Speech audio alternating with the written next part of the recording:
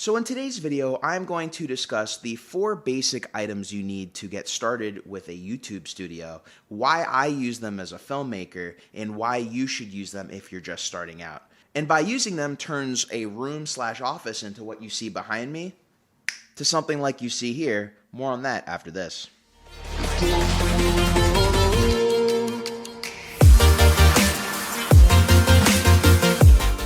Hey everybody, welcome back to the channel. If you're new here, my name is Geoff Fagien. I'm a filmmaker and director of photography based in South Florida, and this is a place where I post some of my work, behind the scenes of that work, and talk a little bit about gear. So in today's video, we are going to talk about the 4 things you need to get started doing a YouTube studio, just like you see behind me. So before we begin, if you guys get any value out of what you see in today's video, I'd really appreciate if you guys hit that subscribe and notification bell so you guys can get not only more videos like this, but you can see when I go live and do some of these live tutorials, live videos, and do a lot of these filmmaking talks. It helps grow the channel, and it would be much appreciated on my end as it helps me keep the channel going.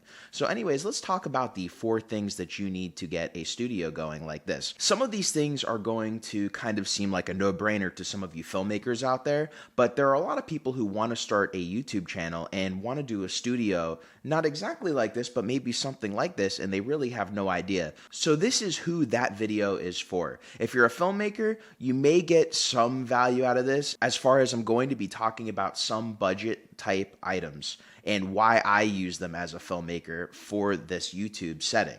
So number 1 is going to be the most important, and that is going to be lighting. Again, a no-brainer if you're a filmmaker, but if you're new here, lighting makes the biggest impact of your videos. It's almost more important than the camera. Some are going to argue that it is more important than the camera because with good lighting, you can make almost any camera look amazing, and with bad lighting, you could pretty much make every camera look horrible. For the lighting of this video specifically, I use one light that I have loved since I got it last year. That light is a Godox SL-60W with a 40-inch softbox double diffused modifier. So this light is amazing, especially because it outputs a lot of light, especially indoors. So it's pretty much the one light you would need, especially if you can only choose one light to get started. And with the softbox, it makes everything look very pleasant on your face. It just has a very great look, especially for YouTube videos. Pretty much, if you're making a YouTube video and you're indoors, this is the light to get. It's around $130. You can get softboxes for it for under $50, and it becomes a very economical key light setup. It just works really well. It comes with a remote if you need to access it, and it has been an MVP of this kit. I have been using it as my key light. Now, from a filmmaker's perspective, part of the reason I got it was if you look at my channel from when I first started doing these review type videos till now, I've kind of changed my lighting setup throughout the time I've done it. Reason being is I have a decent amount of lights being a DP that rents out my gear, but the problem is I have a lot of them put away, and when I first started this YouTube channel, I would do a gig and I would come back, and I really wouldn't want to set up all the lights just for one video. So what I had to do is I had to find a light that gives me a great output, has a great CRI or great color accuracy that I could pretty much just leave in the studio and have my permanent YouTube light. So when I want to go do videos, I can just turn it on and get going, and I don't have to take apart and reset up lights that I use for everyday gigs. Now, a secondary light for step 1 is something that isn't as important, but it gives you the look if you want to achieve the look behind me where you have the colored lights, and that is going to be the Neewer 660 LED RGB light. That is a small LED panel light that can be battery powered or AC powered, and will give you not only RGB colors, but it'll give you effects. It's a great starter light to give you a color behind you to make you stand out in the video. One of the reasons I stand out in these videos is, besides the fact that I'm colored with daylight balanced lights, behind me I have the different blues and the reds and the purples. Me in this solid color light makes me pop out a little bit more, which is why I like using the RGB colors behind me.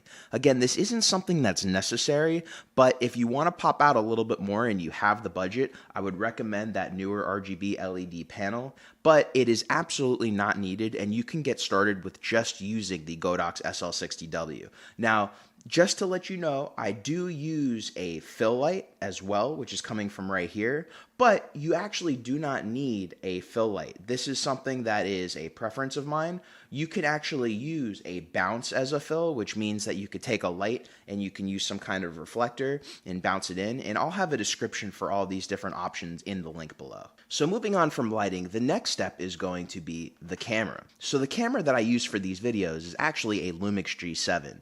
Yes, it is actually an older camera. It's one of the first very affordable 4K cameras. The autofocus isn't that great, but for these YouTube videos where I'm sitting here talking to the camera, autofocus really isn't my priority. My priority is having decent image quality. So I'm lumping both the lens and the camera all together because if you're just starting, if you are spending money on lighting, you can work with something like a kit lens and get a really great image because as I said, lighting matters a lot more than your camera. If you have great lighting, you could put together great images. So if you're just starting, I would start off with, something like the G7 and the kit lens that it comes with, a 14 to 45. I think you could put together a great image, and not only do I think, but I know I have clients that I've put together YouTube setups with this combo for. Now, a disclaimer is I am not using the kit lens for this video. I am using a TOKINA 11 to 16 with a focal reducer, and we'll get more to that at the end of the video because that is an option, but it is not necessary.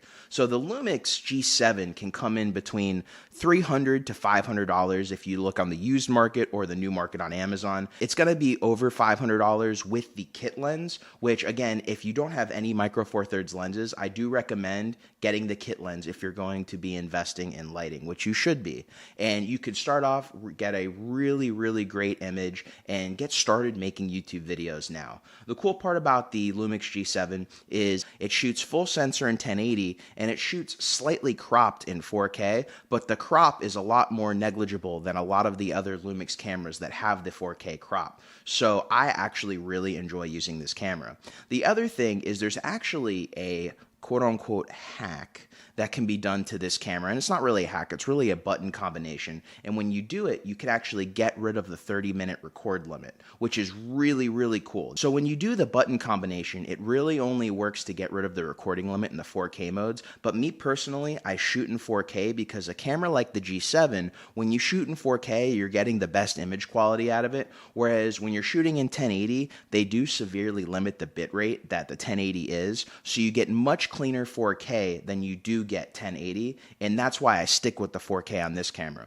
There are other more expensive cameras that you can shoot 1080p only and get a very similar image in 1080 as you would if you're going to take 4K and downscale it to 1080, but those cameras are in a much higher price bracket, and most of the cameras in this price bracket, you want to shoot at the highest resolution for this reason. You'll get the highest bitrate, and when you bring it down to 1080, you will get the cleanest image, and that's why I love this image so much. It's very similar to my GH4. It's even very similar to my GH5 when I've shot in the 8-bit recording modes, which I'm shooting on right now. So the Lumix G7 is a really great budget option. I highly recommend it. The other thing is the preamps are really good, which is going to get into the next step, step 3. So step 3 is you're going to want some kind of microphone solution. So for this setup, I'm using the Shure Super 55, and I'm actually taking this XLR to 3.5mm adapter and hooking it directly into the camera without an audio interface, which is amazing because it takes another piece of equipment out of the equation. Now, this is going to be a little bit above the reach for most of you, or really more above the reach than you'd really want. So what I would recommend for most of you is the Comica XD Boom Plus. Now, what this setup does is it's a wireless transmitter receiver. It has a built-in microphone on the transmitter, and it also comes with a lav. The quality is really great. It's $160 for just the transmitter and the receiver. I just did that backwards, but the sound quality is awesome, works really great. It has a rechargeable battery. And to get started on YouTube, I would highly recommend this. The other thing that this has is it has a headphone jack. And when you use cameras like the Lumix G7 that have really great image quality, the one thing that they're lacking is a headphone jack to monitor your audio. So with this solution, you can monitor your audio from this device, and that kind of gets rid of that, really, as my concern is, one of the main downsides of using a G7. When you're doing the YouTube videos, though, especially when I'm doing them, once you get comfortable with it, I actually monitor my audio from the audio meters on the camera. As you just saw, I'm looking at the screen right here, and I could see where my audio meters are, and I try to keep it around the -6 point. But that's my preference on where I want to keep it. it's easier for me to monitor it. But when I first started the channel, I did want to monitor my audio. And when you're out and about and you're not in a controlled setting like this, you do want to monitor your audio, because I am now used to this studio and how it works, and I keep the settings the same so I could literally turn on the setup and go. But when you're out in nature, out in the city, anywhere where there's a lot of people, you do not have complete control of your variables, and that's where you do want to be able to monitor your audio. So again, highly recommend this. This is a really great option, especially a starting option, and the audio quality you get from this setup is great. There are some slightly cheaper options, and when I say cheaper, they're about $50 cheaper than this, which again is $160 approximately. But for the $50, $60 you save, the audio quality is so much better on this that I would recommend this over the other option. I have some other videos that I've done, which I'll link in the description below, on cheaper options than this. But again, you'll hear in those videos, the audio quality is just nowhere near this Comica XD Boom. So the last thing you're going to need to get started on these kinds of videos, which is step 4, is a tripod. So one of my favorite tripods for doing YouTube videos like this and traveling with is this Manfrotto travel tripod. It's very small, it fits in all of my luggage, it's extremely light, and it actually is very versatile. Once you extend this all the way out, the height can extend pretty tall, and it can extend pretty much exactly where I have this camera set up. The only reason I am not using this on this setup is because I actually use this on a daily basis for my second, third, sometimes fourth cameras that I need to be on a tripod. But if I did not have the tripod I'm using here, I would 100% be using this. For the money, it's about $60, and again, very lightweight. You can use it for your home studio, and it's versatile. You can use it in other situations. The only downside to using a tripod like this is you can't really pan and tilt, but if you're going to set the camera down and just let it sit there and record, then this is a really great option, and again, it's fairly cheap. There's another option that's a little bit more expensive that is a fluid head tripod and is pan and tilt from Neewer, and I'll put that option below. Again, I actually like this because it's a little bit more portable, but that setup is portable as well, just not as portable as this. So I would recommend this before I would recommend the Neewer. But again, if you need to pan and tilt, then I would go for the Neewer option. I'm going to add one last tip, and this is a very optional tip, which is why I didn't include it in the 4 things you need to start a YouTube studio. And that is the Xeon Weebill S. Part of the reason I really like this is it's an extremely portable gimbal, and you can use a camera like the Lumix G7 and get really great shots out in the field. And it's very cheap. It's about $350, and compared to the other gimbals in its category, it's a great price. It does a lot, and I've done some videos on it, which I'll link to in the description below. But again, this is not absolutely necessary. But if you're going to do videos outside your studio and you want to have crisp, smooth motion in your video and the ability to, at a click of a button, have the camera move around towards you and do some selfie mode type videos, this is a really great option for that. Again, highly recommend it. It is not needed, but it is a great solution for on-the-go videos.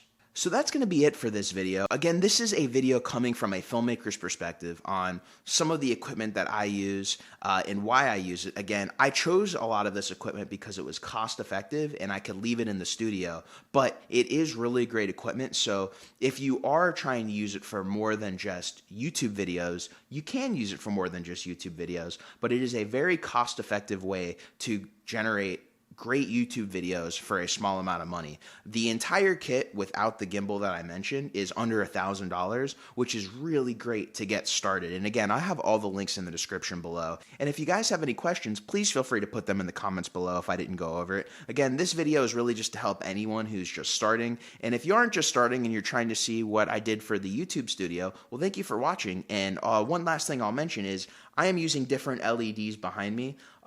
They are really made for stage lighting, so that's really why I didn't talk about them nor recommend them. If I didn't have these LEDs, I would be using the Neewer LED that I mentioned in the video, but since I have them, I have the Neewer packed up for shoots, so I can actually use it to color the background and make people stand out in areas that the room may be a little bland and I need to add a little bit of color. By having these LEDs, it let me do that, so figured I would just mention that. But that's going to be it for this video. If you guys got enjoyment out of this video, please hit the like, subscribe button, and that notification bell. And until next time, my name's Geoff Fagien. I'll see you guys in the next video.